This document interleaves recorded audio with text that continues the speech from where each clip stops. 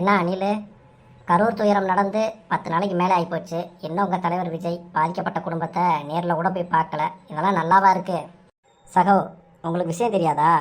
எங்கள் தலைவர் பாதிக்கப்பட்ட குடும்பத்துக்கிட்ட வீடியோ காலில் பேசியிருக்காரு. அதே வீடியோ காலில் பேசினாரா? பரப்புரையை மட்டும் நேரில் போய் அங்கே நின்று பண்ண தெரியுது, பாதிக்கப்பட்ட குடும்பத்துக்கு நேரில் போய் பேச முடியா? அப்போ பரப்புரையும் வீடியோ காலிலே பண்ணியிருக்க வேண்டியதானே? எதுக்கு நேரில் போனார், கூட்டம் சேர்த்தாரு?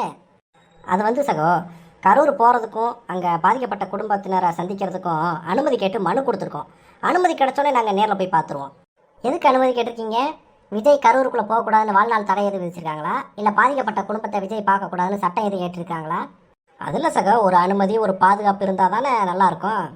அனுமதியும் பாதுகாப்பும் வேணுமா? ஏன்ப்பா, அசம்பாவிதம் நடந்தோடனே கரூர்லேருந்து சென்னைக்கு வர்றதுக்கு அனுமதி பாதுகாப்பு எல்லாம் கேட்டு வெயிட் பண்ணிட்டு இருந்தீங்களா? விட்டா போதுன்னு கிளம்பி வந்தீங்கல்ல?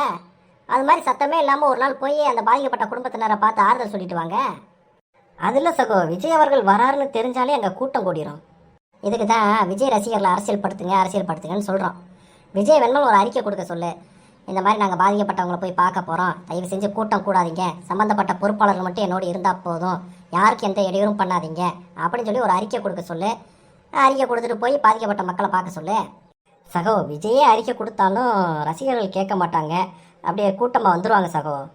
தலைவர் பேச்சவே தொண்டை மதிக்க மாட்டான்றது என்ன மாதிரியான அரசியல் கட்சின்னு புரியல. அப்போ இரவோடு இரவாக யார்ட்டையும் சொல்லாமல் போய் அந்த குடும்பத்தை பார்த்துட்டு வாங்க. அதை மீறி எவ்வளோ ரசிகர்களை கூடனா அவங்களையே செருப்பு கழட்டி அடிங்க, அப்பயாச்சும் அவங்க திருந்துறாங்களான்னு பார்ப்போம். என்ன சகோ இப்படி சொல்கிறீங்க? வேற என்ன சொல்ல அணில்? ஒன்று பார்த்து திருந்தணும், இல்லைனா பட்டு திருந்தணும். நீங்கள் பட்டாலும் திருந்த மாட்டேன்றீங்களே, நாங்கள் என்ன தான் பண்ணுறது?